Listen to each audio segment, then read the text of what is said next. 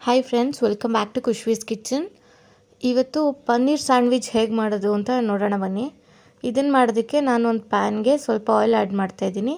ಮತ್ತು ಸಣ್ಣದಾಗಿ cut ಮಾಡ್ಕೊಂಡಿರೋವಂಥ onion, tomato, capsicum ಈ ಮೂರನ್ನು ಸಣ್ಣಗೆ ಕಟ್ ಮಾಡ್ಕೊಂಡಿದ್ದೀನಿ. ಪ್ಯಾನ್ಗೆ ಆನಿಯನ್ ಮತ್ತು ಟೊಮ್ಯಾಟೊನ ಫಸ್ಟು ಫ್ರೈ ಮಾಡ್ಕೋಬೇಕು. ಸ್ವಲ್ಪ ಫ್ರೈ ಆದಮೇಲೆ ಅದಕ್ಕೆ ಕ್ಯಾಪ್ಸಿಕಮ್ ಹಾಕಿ ರುಚಿಗೆ ತಕ್ಕಷ್ಟು ಉಪ್ಪು ಮತ್ತು ಖಾರದ ಪುಡಿ, ಧನಿಯಾ ಪುಡಿ, ಪೆಪ್ಪರ್ ಪೌಡರ್, ಜೀರಾ ಪುಡಿ, ಬೇಕಿದ್ದರೆ ಗರಂ ಮಸಾಲ ಕೂಡ ಆ್ಯಡ್ ಮಾಡ್ಕೊಳ್ಳಿ. ಇಲ್ಲಿ ನಾನು ಪನ್ನೀರನ್ನ ಕ್ಯೂಬ್ಸಾಗಿ ಕಟ್ ಮಾಡ್ಕೊಂಡು ಆ್ಯಡ್ ಮಾಡ್ತಾಯಿದ್ದೀನಿ. ಮತ್ತು ಸಣ್ಣದಾಗಿ ಕಟ್ ಮಾಡ್ಕೊಂಡಿರೋವಂಥ ಕೊತ್ತಂಬರಿ ಸೊಪ್ಪು ಹಾಕಿದ್ರೆ ಫಿಲ್ಲಿಂಗ್ಸ್ ರೆಡಿ ಆಗುತ್ತೆ.